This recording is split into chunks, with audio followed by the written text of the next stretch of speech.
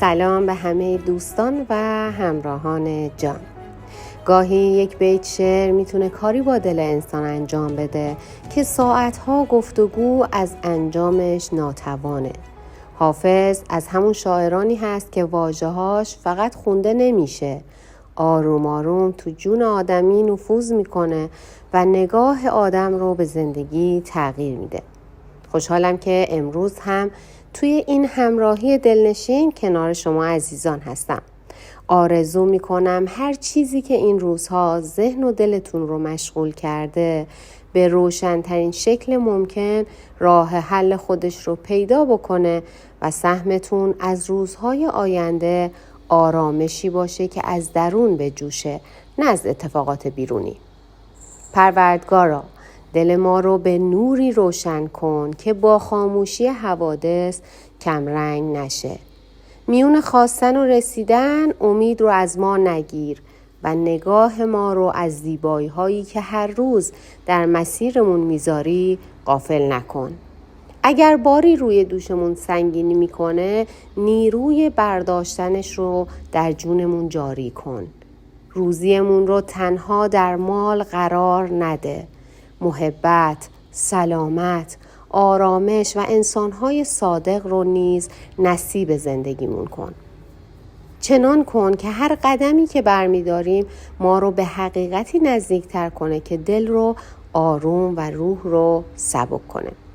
دوستان عزیزم، با هم آماده میشیم برای گرفتن فال امروز. هر نیتی که دارید انجام بدید. تا چند ثانیه دیگه میریم سراغ دیوان و من غزل و تفسیرش رو براتون میخونم.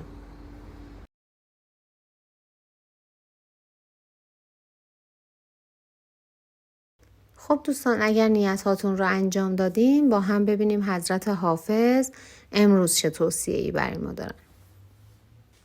خلوت گزیده را به تماشا چه حاجت است؟ چون کوی دوست هست به صحرا چه حاجت است؟ جانا به حاجتی که تو را هست با خدا، کآخر دمی بپرس که ما را چه حاجت است؟ ای پادشاه حسن، خدا را بسوختیم، آخر سؤال کن که گدا را چه حاجت است؟ ارباب حاجتیم و زبان سؤال نیست، در حضرت کریم تمنا چه حاجت است؟ محتاج قصه نیست گرت قصد خون ماست، چون رخت از آن توست به یغما چه حاجت است؟ جام جهان نماست ضمیر منیر دوست، اظهار احتیاج خود آنجا چه حاجت است؟ آن شد که بار منت ملاح بردمی، گوهر چو دست داد به دریا چه حاجت است؟ ای مدعی برو که مرا با تو کار نیست، احباب حاضرند به اعدا چه حاجت است؟ ای عاشق گدا چو لب روح بخش یار، می داندت وظیفه تقاضا چه حاجت است؟ حافظ تو ختم کن که هنر خود عیان شود، با مدعی نزاع و محاکا چه حاجت است؟ خب دوستان، باید بگم غزلی که امروز با هم مرور میکنیم یک سرودی هست که درباره بی‌نیازی عاشق از هر اتفاقی که بیرون از حضور محبوب قرار داره. حافظ توی این شعر از عشقی حرف میزنه که وقتی به حقیقت اون دست پیدا بشه، خیلی از خواسته ها و نگرانی ها رنگ میبازه و انسان به این نتیجه میرسه که بزرگترین گنج همون نزدیکی به سرچشمه عشق و معنا هست.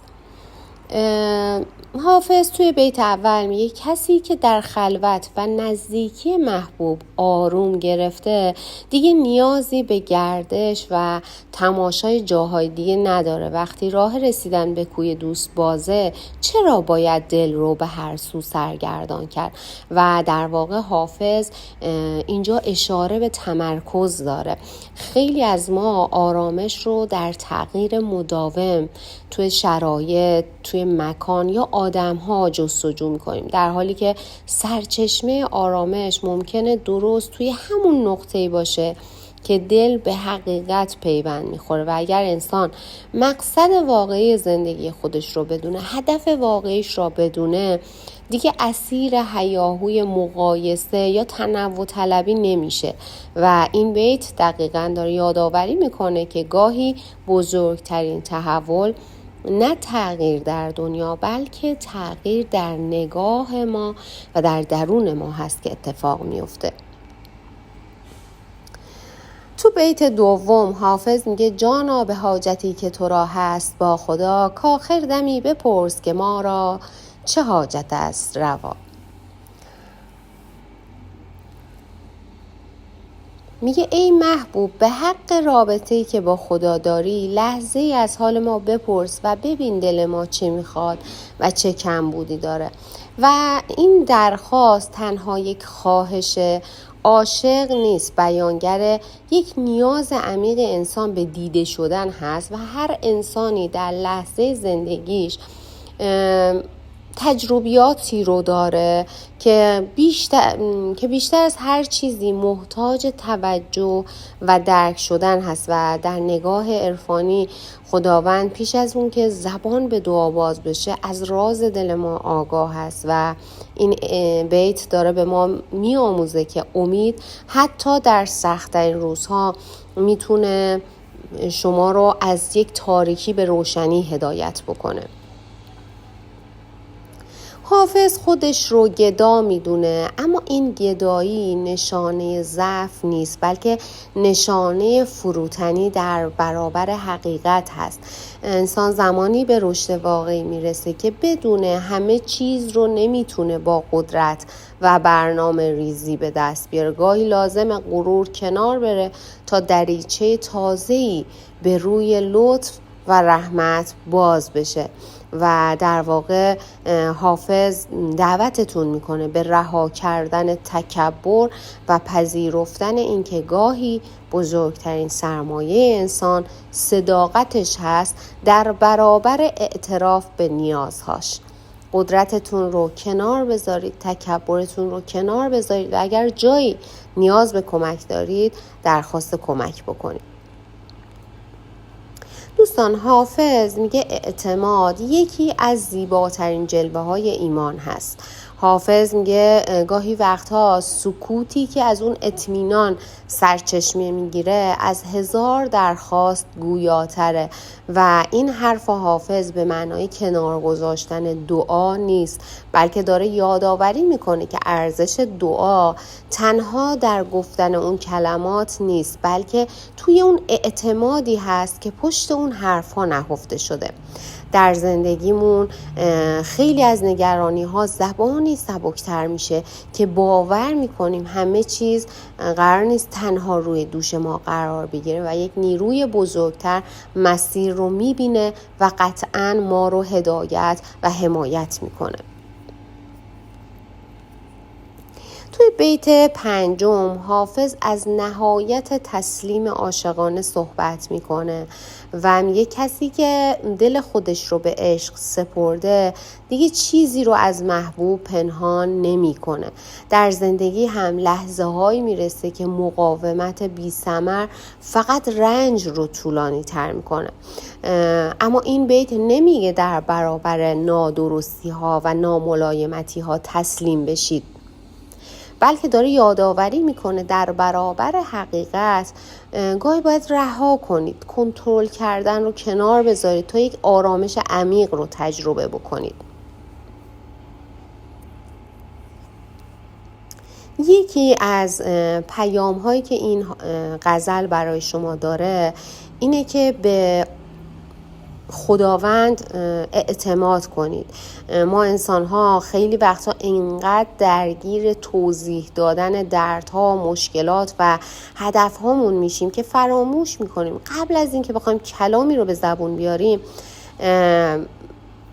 اون حقیقتش رو درک بکنیم و لزومی نداره هر چیزی رو به زبونمون بیاریم. حافظ داره به ما یادآوری میکنه که دعا فقط صحبت کردن نیست. گاهی یک آرامش دلنشین، یک اشک بی صدا یا یک امیدی هست که هنوز خاموش نشده و یک نوع نیایش هست و وقتی این باور در دلتون شکل بگیره، اون استرس، اون نگرانی و اضطرابی که از آینده دارید کمتر میشه و جای خودش رو به اطمینان میده. پس اگر توی شرایط قرار گرفتید که با خدای خودتون راز و نیاز میکنید، خواسته هاتون رو بهش میگید، فقط فکر نکنید دارید به زبون میارید. اعتماد داشته باشید که خدا صدای شما رو میشنوه و راه رو براتون روشن و هموار میکنه.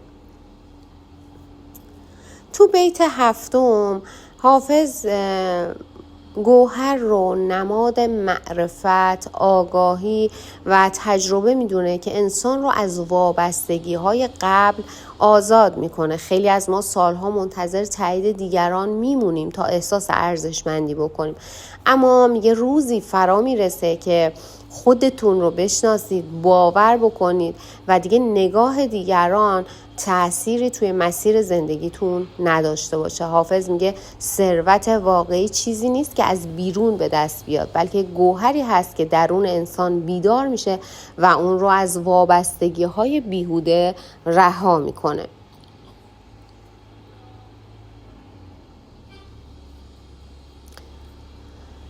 حافظ میگه زندگی پر از قضاوت، رقابت و صداهایی هست که میخواد تمرکز انسان رو به هم بزنه و حافظ بهتون پیشنهاد نمیکنه که بجنگید با خودتون، با اطرافیانتون، بلکه میگه انرژیتون رو صرف کسانی بکنید، صرف کارهایی بکنید که تأثیر داره، حضور شما رو احساس میکنه و برای شما ارزش قائل هستن. گاهی بهترین جواب به مخالفت‌ها ادامه دادن مسیر با آرامش و در سکوت هست و میگه انسان هرچه بیشتر به هدفش نزدیکتر بشه، کمتر درگیر اثبات کردن خودش به دیگران هست.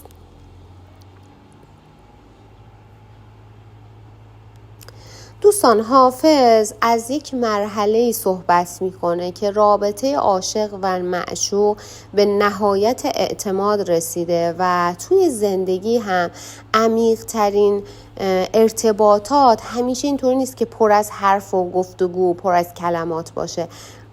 گاهی وقتا با یک نگاه، یک سکوت، دو نفر حرفشون رو، منظورشون رو به هم میرسونن. قطعاً برای شما هم پیش اومده با دوست صمیمیتون توی یک جمعی حضور داشتید، با نگاه با هم صحبت کردید و در واقع اینجا داره به اون رابطه اشاره میکنه و میگه آروم کردن ذهنی که مدام نگران نتیجه هست کار سختیه. وقتی انسان میتونه ذهنش رو به کار بگیره، دلش رو به خدا بسپره و خودش رو از شر این اتفاقات دور نگه داره.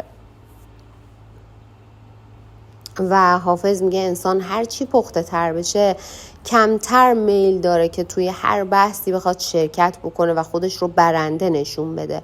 حقیقت نیازی به فریاد زدن نداره. اگر دارید کاری رو با صداقت، با عشق و با کیفیت انجام میدید، دیر یا زود اثر خودش رو نشون میده و در واقع این غزل داره به ما میآموزه که آرامش گاهی در کنار کشیدن از جدال‌های بی‌ثمر هست، از تلاش‌های بی‌ثمر هست، چون زمان بهترین داور انسان هست و میتونه با گذشت زمان ارزش واقعی انسان‌ها خودش رو نمود بده.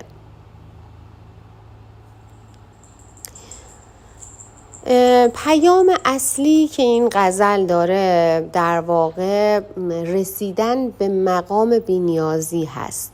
بی‌نیازی توی این غزل به معنای نداشتن خواسته نیست، بلکه یعنی دل انسان به سرچشمه‌ای متصل شده که محبوب حقیقی هست. یعنی خودتون رو تسلیم اراده خداوند بدونید و برای اثبات خودتون رقابت بیجا نداشته باشید. خودتون رو خسته نکنید، آرامشتون رو فدای اتفاقات نکنید.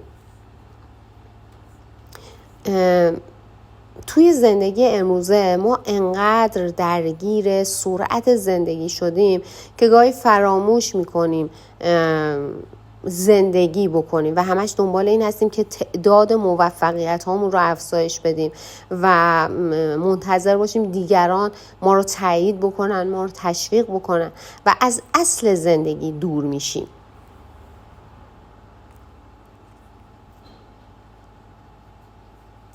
این غزل بیشتر از این که بخواد آینده رو پیش بینی کنه، داره شما رو به یک بازنگری در وضعیت امروزتون دعوت میکنه. ممکنه این روزها ذهن شما درگیر یک تصمیم مهم، یک رابطه عاطفی یا یک مسئله مالی و یا یک نگرانی درباره آینده باشه. حافظ با لطافت یادآوری میکنه که قبل از اینکه هر اقدامی رو انجام بدید لازمه یک مقداری آرامش داشته باشید. خودتون رو دعوت بکنید به آرامش، چون تصمیمی که از دل اضطراب بخواد گرفته بشه معمولا نتیجه خوبی نخواهد داشت. و باید بگم این فال نشونه اینه که بخشی از نگرانی های شما شاید بیش از اندازه به نظر و رفتار دیگران گره خورده، وابسته است و الان زمان این رسیده که ارزش خودتون رو از بیرون نگاه نکنید. خودتون رو جدا کنید از نظر دیگران و بیشتر به صدای قلبتون توجه کنید، به تجربه هایی که دارید دقت بکنید. و دوستان، اگر نیتی که داشتین در مورد رابطه عاطفی بوده، این غزل هم از صداقت، صبر و دوری از عجله کردن توی صحبت هاتون داره اشاره میکنه. و برای دوستانی که درباره کار، آینده یا مسائل مالی نیت کردن، پیام این غزل این هست که با حفظ امید و تلاش اجازه ندید که ترس هاتون تصمیماتتون رو تحت تأثیر قرار بده و داره بهتون نوید میده که اگر نیت شما پاک باشه، تلاشتون صادقانه باشه، لازم نیست برای خودتون، برای موفقیتتون، برای هدفتون به هر دری بزنید. فرصت مناسب سر راهتون قرار میگیره، زمان توی شرایط خودش رو نشون میده و داره دعوتتون میکنه حافظ به یک آرامش برای ساختن زندگی بهتر و رسیدن به اهدافتون. دوستان عزیزم، به پایان همراهی امروز با یکی دیگه از شاهکارهای حافظ رسیدیم. غزلی که یادمون داد گاهی نزدیکترین راه به آرامش دور شدن از هیاهو و نزدیک شدن به حقیقت دل انسانه. اگر هنگام شنیدن این غزل بیتی بوده که بیشتر از همه توی وجودتون طنین انداخته یا نیتی که در دل داشتید، اون رو در بخش دیدگاه ها با ما و دیگر همراهانتون به اشتراک بذارید. خوندن تجربه ها و نگاه های شما این جمع صمیمی رو پربارتر میکنه. ازتون ممنونم که یک روز دیگه وقتتون رو در اختیار من گذاشتید و با من همراه بودید. به خدا میسپارمتون.